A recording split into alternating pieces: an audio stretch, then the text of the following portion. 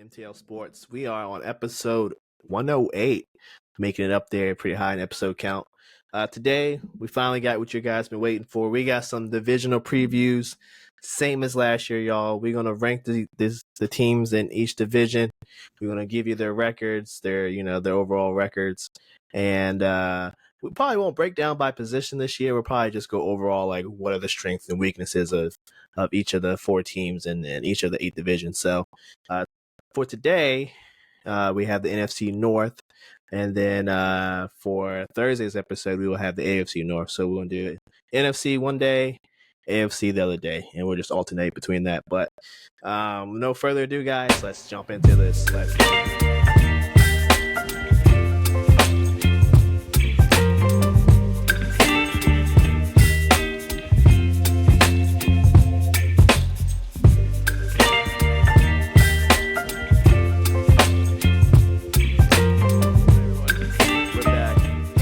Off our divisional previews. NFC North, as we said earlier, just same as last year.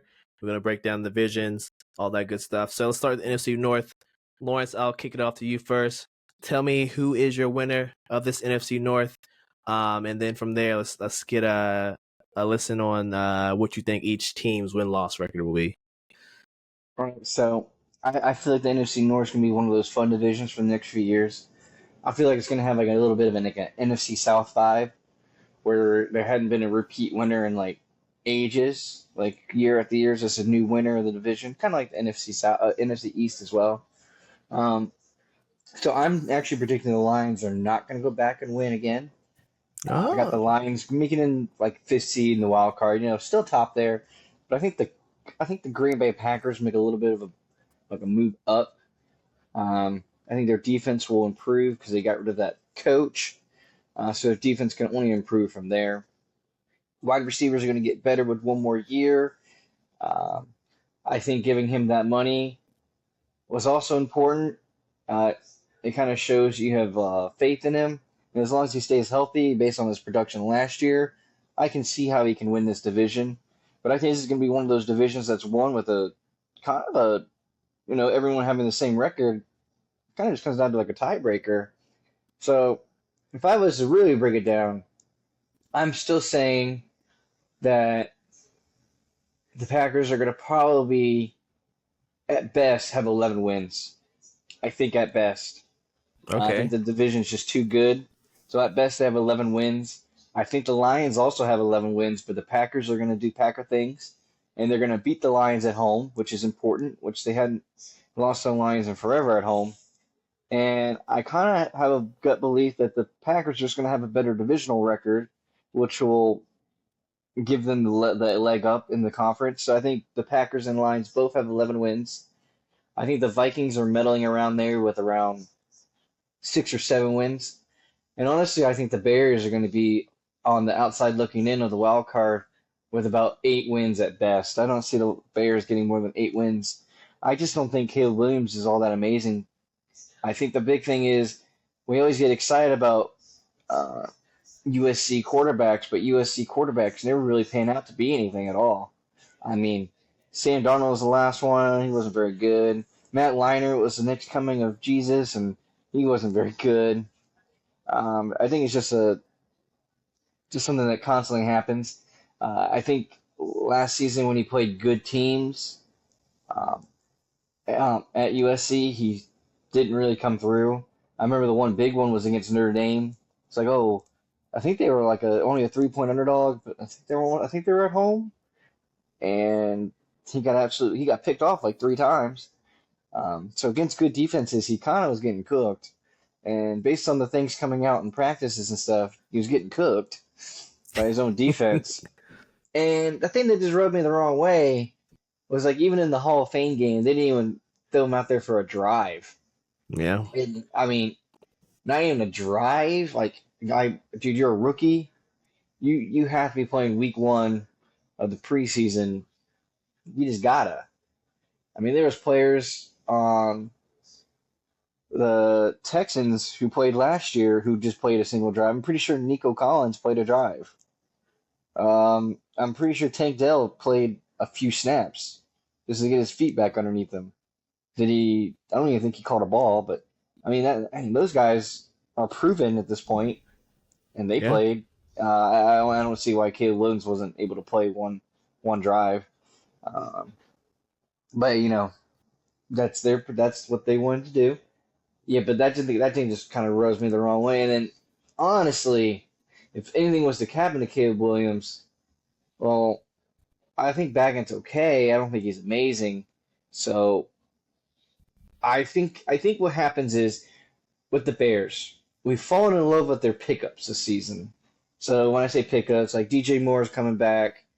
Um, then the next in the line is Keenan Allen. That seems like a spicy duo. And there's a third wide receiver there just sitting. I can't remember his name. Romeo Um, Odunze. Romeo Dunze. There you go, the rookie. And like you look at that and you're thinking to yourself, that has to be like, and that's an all-star lineup. That's an all-star cast. Keenan Allen's had what problems for like years and years? Injury problems. He got traded from the Chargers. He kind of ended the Chargers timeline with injury problems. I think it just kind of restarts again, and I think that's kind of the first step in the. I don't want to say the decline of the team, but I think will be the decline of the team. As I think he'll be like a pivotal. I want to say captain slash leader role for that team. I would say one weakness of DJ Moore from the Carolina Panthers that I did see, he's not very outspoken. He just kind of shows what he can do on the field. He's one of those I prove it on the field, but I'm not really outspoken or in your face kind of guy. So that's not really gonna, I wouldn't say motivate the team, but that's not really gonna, get the team pumping, get the team going. He's not gonna yell at anyone. Um, and I don't know. There's just something about the Bears when they play their divisional opponents. They just falter and they don't perform. So because of that, I feel like the Bears are going to be on the outside of the wild card trying to get a spot, and I think it's going to be their internal problems against their own division that's going to lead to their own downfall. Okay, fair enough. Fair enough. Yeah, I think for the most part we agree towards the bottom. I think the Vikings are, they're in a retool type of time period right now where, Kirk Cousins, he goes to Atlanta. So what they replace him with, Sam Darnold, and then they drafted JJ McCarthy out of Michigan. So JJ is a rookie, probably won't start week 1, but he will probably play at some point this year. So, relying on a rookie quarterback to take it to the playoffs is, something that doesn't really happen too often. CJ did it last year, but that's probably one side of a blue moon type thing. So they definitely are going to regress, but they're in this time period where, Justin Jefferson just signed for 4 more years. So I'm thinking, hey, these next 2 years are more of a retool period because let's take the first 2 years of his new extension. Let's get him some new, tools to play with. They already got Jordan Addison. He's in trouble with like the DUI or whatever, but he had a pretty good rookie season, and he's probably gonna be on a come up. He'll be a great number 2, and then Hawkinson's coming back from his ACL, so you got that to look forward to. Maybe you can kind of not rush him back, just make sure he's 100% before you throw him out onto the field. So maybe this will be a retool year. Then maybe next year the Vikings will get back into the playoff picture, but not this year. So I got them 7-10 at best, Lawrence. I got them 7-10 at best. Then I got the Bears next. I agree with you. They're probably hovering around 8 or 9 wins. And that's only because, they made some good pickups, like you said, but just because they have they're playing some of the worst teams in, some of these divisions. So that's going to give them a leg up. I mean, I think they play like the Commanders. They played, Arizona Cardinals. Those are just some wins they should win. They played the Patriots, I'm pretty sure. So these are teams that they should beat. And Caleb's gonna have growing pains, but he has 3 great receivers to throw to. So it should make his transition a little bit easier. But like you said, I'm kind of on the fence about Caleb. He has all the talents, but can he do it consistently, and can he do it against superior opponents on a consistent basis? That's the thing we got to see. I got the Packers in second. Let me see. I think I got the Packers at 10 I get the Packers at 10-7. I think this is like the same thing as last year, where they're probably on the cusp. They probably do make it. I think teams will make the wild card at 10-7. But I think for me, the Packers haven't made that much more of a step. Yeah, you got rid of Aaron Jones and you brought in Josh Jacobs. But it's that, I mean, you get a little bit younger, but does that really move the needle for me? No. You still pretty much have most of the same team plus some of your draft picks. You're really banking on Jordan Love at this point to really take a step forward and just consistently play like he did during the playoffs and towards the back half of the season. Can he string 17 games like that? Hopefully, but I mean, we haven't seen it. So, but to be fair, that was his first year, so we'll have to see about that. And then the Lions, I got them winning again, 12-5 this year. Hey, they re-signed all their big pieces, had a pretty good draft. The rookies are 1 year better. Sam Laporta and who's the running back, Lawrence? Gibbs and Montgomery still, I think. Gibbs and Montgomery. They still got the dynamic duo, power back, and then you got a nice elusive back / receiving back for those that play NCAA. But yeah, I think that dynamic duo, and you pay your top guys, so they're not. You literally have nothing to worry about.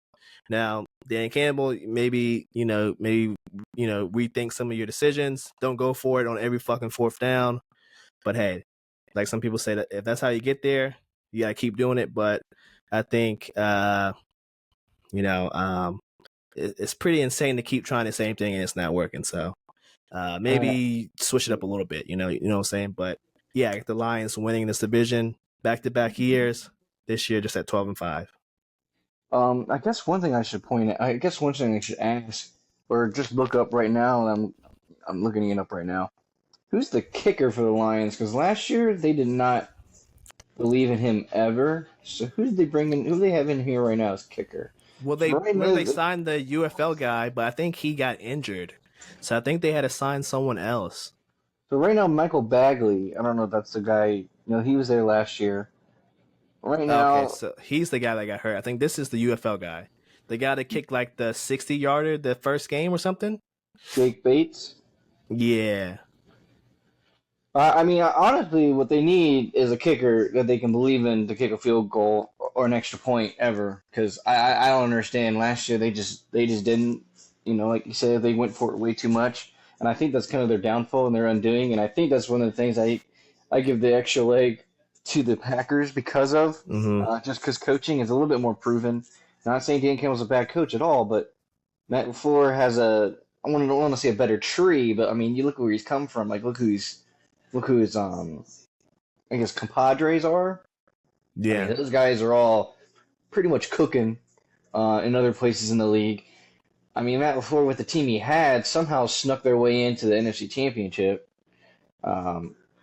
Kind of have to look at it. You kind of have to give them props for that, and they're only going to get better. And the fact that I think the biggest thing with the Packers is they got rid of the defense coordinator that was just absolute trash. I mean, the fact that they made the Carolina Panthers look good. Really, really just writes home about how bad that defensive coordinator was. And it only gets better from here because of that.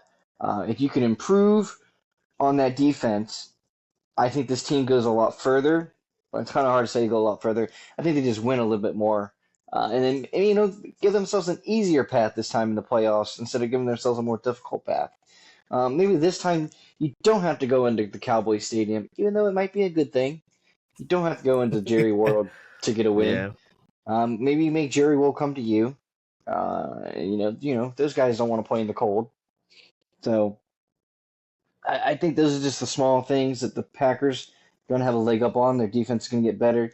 I do also agree that they're going to have to play stiffer competition. But you have to remember that the Lions finished first in the division, so they get all the best teams in the division. So you got to remember it that way. And honestly, some of those number one seeds in the NFC are kind of dangerous, except for Tampa Bay maybe. So with all that being said, yeah, I think it's a good place. I think this division's in a really good spot. I mean, if your worst team is sitting there at the Vikings, and it's still hard to believe that the Vikings, I mean, honestly, it's hard to believe they're not going to have more than 6 wins. I mean, 6 wins seems like about the bare minimum they can get. Uh, Sorry, not sorry to the Bears, but you're probably going to go into Minneapolis and lose. So there's one. I believe the Vikings are going to pull up some upsets against other teams. So, like for instance, that division, ugh, that division has to play the AFC South, and then again, the AFC South is also kind of bad. And given the fact that they're kind of bad, I mean, week one, the Vikings get the Giants, and honestly, the Giants are all over the board. We don't even know if that's you know, a guarantee at their quarterback position to perform week in and week out. So the Yeah. Vikings, it's highly questionable what they can do. This is about what we think they will do, and like 6 wins. I mean, you look at the competition they're playing. Like Tennessee's a winnable game. Atlanta's a winnable game, especially with the quarterback Atlanta has. You should know everything he wants to do. Arizona's a winnable game. Indianapolis is a winnable game. There's just a lot of winnable games on the menu. And honestly, uh, if you want to be straight up, I think if they start Sam Darnold and they let McCarthy sit for a little bit, I kind of believe game one, I think they can beat the Giants if they have Sam Darnold. I think they get the win with Sam Darnold. I think no matter who the quarterback is against the 49ers, they're losing. I think the Texans, I think no matter what the quarterback is, they're losing. But if Sam Darnold's the quarterback against Green Bay, I think you're competitive.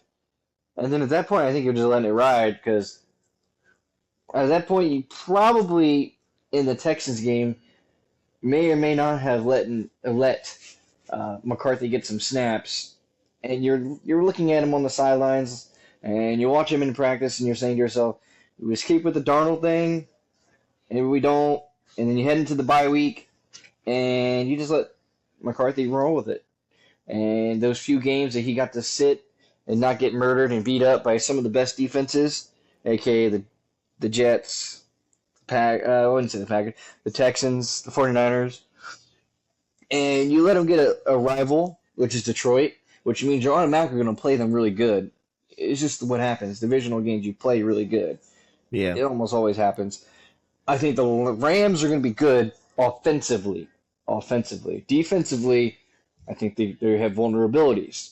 So that would be a good game for him to come in right after getting confidence against the Lions.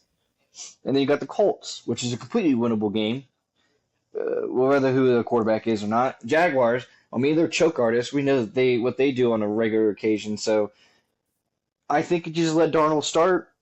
He gets the tough opponents and gets buried, and then you say, oh well, we got nothing else to lose. Let's just get McCarthy out here and let him practice and learn. I think that's the way you look at this season. I think that's the way you look at this game. Or the season, sorry, not game. Yeah. Good analysis right there. I think, yeah, you probably just ride with Donald into the bye week and then you make your decision based on how competitive, he plays. I'm expecting at most, like you said, you probably pull out 2 wins. I mean, you should probably beat the Giants and then you probably either sneak a win with versus Houston because you're at home, or you beat Green Bay on the road. I don't really think you And beat the it's, Jets at I home. mean, I mean, the yeah, West yeah. neutral site. It's like no disrespect to the Giants, but without Saquon, their first few games is gonna be searching for an identity. Mm. Because defense is not it. Defense was definitely not their identity last year. That defense never really came up in big And their O situations. line just isn't better. Like, I don't think the O Yeah. line has gotten better from the past 2 years, where all the quarterbacks that have played have been like seriously hurt. So at some point or another. Mm. Um, yeah, I agree with you. The Vikings, it's sad, but you just have to go through this retool because this is kind of just what you decide this is the route you wanted to go, I guess, because there was, I think there was kind of rumblings of Justin Jefferson not being too happy with Kirk, and Kirk, he wants his money, so maybe, what it came down to was, hey, Atlanta's just going to give me more money than Minnesota, and even though Minnesota was going to be competitive no matter what, you know, with Kirk, I guess he just he's all about his money. So he's definitely a mercenary. So I don't blame him. Somehow I, people keep paying him. That's another. I don't know what he has, what kind of agent he has. yeah, If he has like a hypnosis device, I don't know what he got, but he somehow constantly gets paid, and I wouldn't say underperforms. He performs, and he puts up great stats. It's just I don't want to say empty, but there's just no playoffs. There's no playoff wins. yeah. I There's mean, no ultimate end. yeah, he definitely gives a lot to be when he plays a lot to be deserved of, and especially in the big moments. So yeah, he has a superstar agent. Let me tell you that. Yeah, I mean the Packers, I could see them sneaking into winning the division, but I think the Lions just another year of Dan Campbell. But if he fixes his ways, like you said, like he kind of screws his team over with some of his decisions, and like I was saying earlier, like definitions of insanity is doing the same thing, expecting different results. So if he keeps going for it on fourth down and keeps getting stopped, I mean, he's just going to kill his team and kill his chances of actually. I mean, if they get the number one seed and they have every game at home, I mean, this it's hard to not see them make it to at least the NFC Championship game again. I mean, they just Yeah. play well at home. I just remember the Lions' biggest thing was like they went for it on fourth down, and it was like 4th and 3 or something like that. And the other option was a 47-yard field goal, or somewhere in that range. Like 3 points is, it's not the greatest thing in the world. 3 points is 3 points. But 3 points is 3 points, and it keeps you in a game, and it makes your offense not feel like it did nothing. I mean, swear to God, you have the ball for 5 minutes, you do all that work, and then you get nothing out of it. You're gonna feel depressed. I don't care who you are. You're gonna feel like you did nothing. It's definitely a downing. It's like you did all that hard work, you put a bunch of plays together, a bunch of positive plays, and then it's just all gone, all down the drain just because your coach wants to make a bonehead decision. And I get it. Sometimes they like the decision because it helps them. It not really helps them, but it makes them feel like that he believes in them. But Mm-hmm. I mean, screw it. The kicker also has a job too. You're paying him something as well, and Mm-hmm. you need to get his ass out here and make him do some work too, because it shouldn't be all on the offense to make everything happen. Not everything has to end in six. Yeah, I agree with that 100%. That's well spoken. Yeah, we're not gonna do positional breakdowns, but I think this team or this division, at the very least, they all have decent. Well, we don't know about JJ and Caleb, but I think the other two teams, Jordan Love and Jared Goff, you can put them in at least a top 10 conversation for quarterbacks. The other two teams with young quarterbacks, they're kind of keeping them from being actual contenders for the playoffs. But who knows? Maybe we'll have two CJ Stroud ish seasons from the two of the rookies. But I mean, like I said, that's once in a blue moon type thing where a rookie takes you to the playoffs. So we'll have to see about that. But any final thoughts about the NFC North, Lawrence? Yeah, I think this. I think the division comes down to honestly. I think it just comes down to a handful of plays, um, and I think we'll be looking at Dane Campbell on that department. And I think it will come back down to the defense because Mm-hmm. offensively, I think we both know that the Lions and Packers can both get it done.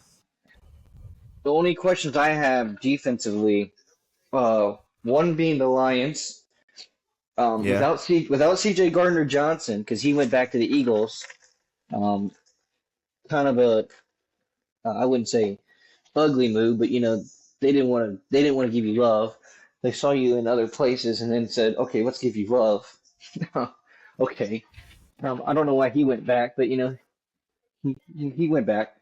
What they do without him, because he was kind of like I mean, you could tell the difference between the Eagles without him and with him, and I want to kind of want to see that with the Lions. What's going to be the difference without him and with him?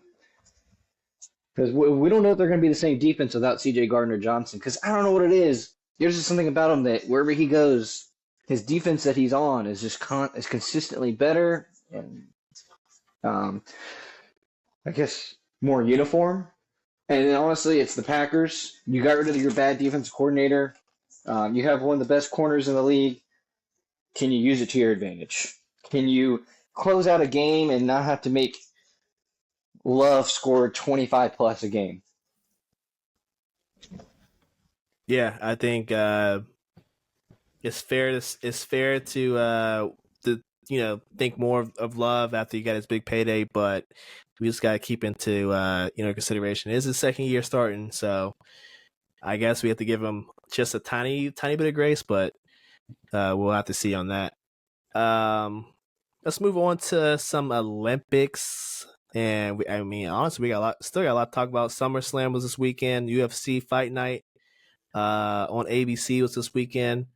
And then also the Olympics. So, Lawrence, what do you want to start with? Fight Night, maybe? Yeah, you can start with Fight Night. I watched that one. I didn't watch my fiance would be the greatest one to talk about the Olympics because she's been watching every event, but I have not watched a whole lot of the Olympics. But I did watch that UFC main event, or not main event, but Fight Night, and I would say it was a decent one. The card looked a lot more amazing than it played out, than it panned out. But you take those. You take those. It is what it is. There are a lot of unanimous decisions that were put in place that I don't fully understand all the unanimous decisions. Uh-huh. Maybe a little bit of biasy with the Marlon Chito Vera unanimous decision, but some of them said that Chito lost 30-27, and it was very clear that Chito did not lose 30-27. So I don't know what they were watching. In other ones, the co-main event, I saw one 30-27, and he also won a unanimous decision. And it was very clear that guy got his ass beat. Sahar, he got his ass beat in the first round. Straight up, he got his ass beat in the first round. Third round was one of those rounds that could have gone either way, but at the end of the round, he was the one trying to run away and survive. And honestly, if you're the one at the end of the round trying to run away and survive, you probably shouldn't win the round. And somehow he wins by unanimous decision. That was probably a home quote unquote hometown, because the Russians just kind of adopted in Abu Dhabi. And then honestly, Urmagomedov, I don't think there's any answer for him. I mean, Sandhagen's one of the best in the division, and that was almost a 50-45. So there's just almost no answer for him. I mean, Sandhagen had moments, but here's I guess my beef with Urmagomedov. You know how Dana doesn't prefer Bilal Muhammad in the way he fights and everything? Yeah. He fights the same way that Urmagomedov fights, and yet we're pushing Urmagomedov. Like, yeah, he's the brother of a former champion, but like, he fights the same way as Bilal Muhammad. But you don't like the way Bilal Muhammad fights, but you're okay with the way this guy fights because he has a bigger backing. I just think that's wrong. I don't think it's right. I think you have to give Bilal Muhammad just the same amount of grace and as you give him. I mean, Bilal Muhammad, he kind of destroyed Leon Edwards for 4 out of 5 rounds and controlled him. Yeah. That's pretty much what Urmagomedov did. I mean, I remember seeing Bilal Muhammad do more on the ground than Urmagomedov did. So. Yeah. I didn't watch too much of the fight. I did see Chito Vera lose, and I think I skipped this. I might have watched this one too, but I definitely watched the main event. And yeah, Sandhagen, I watched a couple of his fights, and yeah, he was just getting. I'm not gonna say Umar was toying with him, but he definitely was having his way. It's obvious why this guy is undefeated still. He's a beast, and definitely Dana White's pushing him. Especially, he was the 10th ranked fighter fighting Sandhagen, who was the second best in the division. Like, if that doesn't say favoritism, I don't know what. You know what I'm saying? Yeah, that was for what I saw, it was a good fight night. Not the best, like you said. It's been better, but for something on ABC where they're trying to get more people to subscribe and watch the ESPN Plus ones, I guess they did a decent job. I'm not gonna hold them The too much. outcome of that card, though, kind of shows that, in my honest opinion, Ermab versus Figueiredo should be the next one between those two. And whoever wins that card or whoever wins that bout Mm. automatically gets a shot at the title. Because, they're seeing Figueiredo unanimously beat Chito. I could see a unanimous beat him, but like this one, they were saying 30-27. I mean, my honest opinion, Chito won the second round. That third round could have gone either way. I think if Chito didn't get a, if Chito did more in the third, but he got hit harder in the third, and I think that was them doing. But I think at this moment in time, you got Figueiredo and Erman, who are both worthy of getting a good title shot. So you just got to make both of them fight each other, and whoever wins gets it. Because they both called out the champion. Mm. So they both called out O'Malley. They both said, we want O'Malley. Okay, they both can't have him. You both fight each other, and the winner gets him. Yeah, that's probably. I mean, and O'Malley fights in the Sphere. What, in 2 weeks, right? Yes. Two or August. I three think it's weeks. August 17th. So like about a week and a 3 weeks. half almost. Yeah. So yeah, we'll see. Moving on, WWE SummerSlam. I don't know if you caught any of SummerSlam, Lawrence, but it was jam-packed card. This is the last year that SummerSlam's going to be on I don't know, Saturday night. I think starting next year, Triple H said they're going to experiment with a 2-night format, kind of like WrestleMania. So it'll probably be five events each night, probably maybe more. I think next year they're in Indy as well, so it's gonna be a huge event. SummerSlam is definitely the WrestleMania during the summer. I mean, it was a great card from top to bottom. Braun Breaker beat Sami Zayn. Yeah, even though that was a quicker match, I really enjoyed it. Braun Breaker's a beast. I just found out he's related to Big Papa Pump. He's and his dad wrestled as well. I didn't know that. That's why, I mean, it makes sense. He's huge. Logan Paul, finally, his part-time championship run is over. LA Knight beat him. So no more part-timers for the most part. I think most of the guys that won the belt or retained it, in the case of Cody, he retained his. I think mostly all the other ones switch hands. There won't be part-timers. Well, Damian Priest wasn't part-time, but you know what I'm saying. It's good for WWE to move away from like the Roman Reigns, part-time stuff. People want to see the belt defended way more often, so it's good that we get away from, Logan Paul and all those part-timers.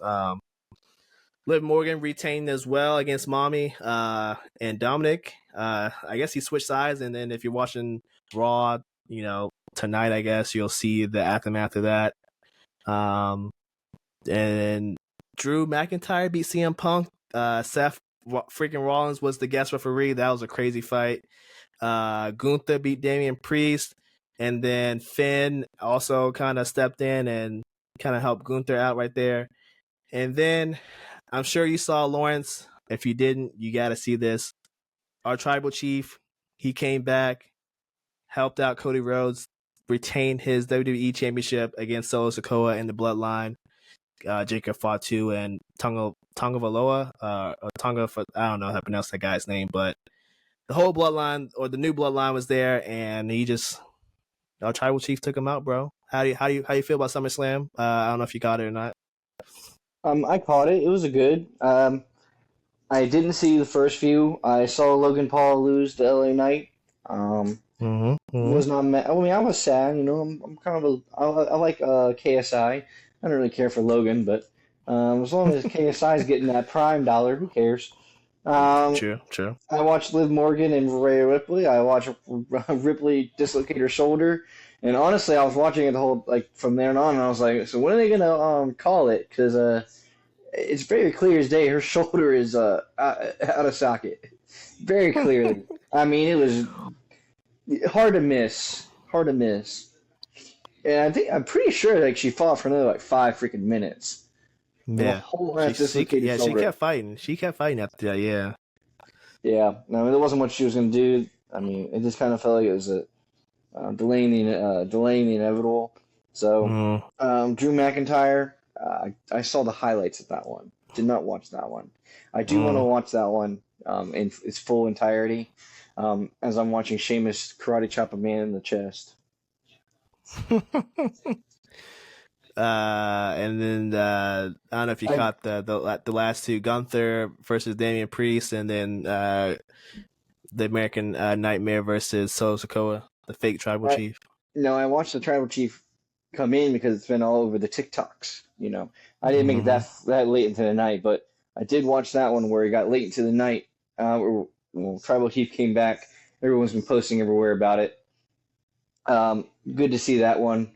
But yeah, I mean, Roman, do we just give him a treat back for his title, or is he gonna have he's just gonna go in a different direction and he's just gonna be not a cancer, but like a cancer to the new bloodline?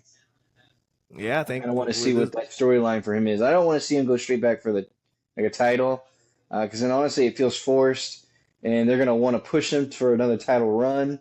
And honestly, I kind of want to just watch him be. I want to just say a pass, but I kind of want to watch that develop a little bit more instead. Yeah, I think we got new bloodline versus old bloodline, a little story plot brewing.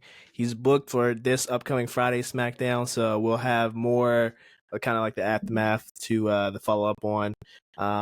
So I mean, I'm all here for it. Like you said, I think they should hold off on him probably fighting Cody Rhodes again. I think that's probably like next WrestleMania, if not maybe like the Royal Rumble, maybe like the one title fight they get. But yeah, let's get the tribal chief back at the head of the table. And let's get the storyline going. I'm loving it so far. And then the Olympics, of course, everyone probably already heard Noah Lyles won the 100-meter dash. Our men's USA team plays, I think, Tuesday, Lawrence. I think we play is it Brazil in the quarterfinals? So I don't think we don't play Germany, France, or Canada until the finals if they make it. But I Okay, think we will have to so play Serbia next round though if they it's win. Brazil and USA at 3:30, Canada, France at 12, Australia, Serbia at 8:30, and Greece and Mm. Germany at 5 a.m. All tomorrow. Okay. all tomorrow. I think the Greece Germany one should be fun. It's going to be Germany winning about 95 to 50. A little bit exaggerant, but it's going to be Giannis putting up 50 points, and that's going to be the only 50 points they put up. It's gonna be an ass whooping for sure. I mean, it's just unbelievable how bad Greece is. Isn't I thought, in my opinion, I thought Greece was like maybe third best European country to play basketball in. I mean, it's really highly regarded as one of the better places to play basketball. And the fact that they just don't have like anyone to put on a team with Giannis that can compete on a world Yeah. stage, it's kind of weird. It's kind of weird. I mean, the fact that Serbia, because let's face it, Serbia is a makeup of a few, aka a Bogdanovic, good caliber player. Is Jovic technically play a lot? I can't Jovic. really. Yeah, Jovic. I think he starts. And then you got Jokic, of course. He is the guy for Serbia. So they got a couple other guys that either are in the NBA or have been. So it's not like they're totally devoid of talent like Greece is. Yeah, I mean, honestly, I'm surprised Greece even made it through because from what I was watching, I kind of thought that Spain was a better was a better team uh, than Greece was. I kind of confused how Spain didn't move on, but I guess I don't pay attention enough. But Spain, I thought was doing way better than Greece was, and Spain had nobody. Yeah. Yeah. I mean, it all comes down to point differential, so that's probably why. I think yeah, Greece, Spain, and I think Brazil all in the same group, and I think they all were like 1-3 or 1-2, and I think it's just point differential that got Greece through. So I guess they didn't lose as much as the other teams in their group did, but Yeah, they don't get an ass whooping. U.S. should win, and then Serbia probably should win, and then Canada probably should win. France has just not looked good. In between not giving Wemby the ball enough, and their role players just aren't good. Like other than Wemby and Gobert, they don't really have good players. I mean, Batum is old. You can't count on Batum. I mean, he's just there to shoot threes and play defense. Yeah, I don't know. I feel like moving forward, I don't think there's going to be a whole lot of, I don't want to say a challenge to the USA team. Mm-hmm. I mean, you're looking at who's gonna come in. USA, based on the path, is going to get Serbia or Australia. I would probably say at this moment in time, it's probably going to be Serbia. Yeah. I don't think Australia is going to. I don't think they have enough power within them. And so then you're going to look at it. So is it going to be Germany or Canada that's going to give the USA the biggest challenge to keep them from gold? I think that's what it all comes down to. And I think, honestly, I think it's Canada that gives them the most fight back. But then again, the only issue with Canada is there's no real big man to even compete with the Embiids. Yeah, at least Germany has some bigs. You got the Wagner brothers, then you got Daniel Tice. He's a big body, can shoot threes. So Germany, and they played together for a long time, and they won the World Cup last year. So that team is pretty much the same. They're pretty much intact, got good chemistry. Although they beat the USA C team last year in the World Cup, I still think they'll give them problems. Canada, like you said, no bigs, so I'm not really too worried about it because they'll just throw out Joel and Bam and AD and just dominate the paint, get offensive rebounds, and get easy buckets like that. So I'm not too worried about Canada, but Germany, I could see them struggling is probably not the word, probably just having troubles. You know, they probably won't win easily versus Germany like they probably will win easily against Canada. Yes. Alrighty. That's pretty much all the updates. There's still a lot of Olympics left. 200 meters final is tomorrow. Noah ran today. Ran pretty well. Aaron tonight ran pretty well. And then the women's 200 is, I think, tomorrow as well. Gabby Thomas ran a pretty damn good race. And then towards the end of the week, we can talk some more Olympics because I think we still got 4x1, 4x4, 400 meter, open 400, and some other events like that. And stuff like that. So we'll talk about that probably next episode. But other than that, guys, that's it. Episode 108, MTL Sports Podcast. Thank you guys for watching, listening on Spotify, all that good stuff. And we will catch you on Thursday. Peace.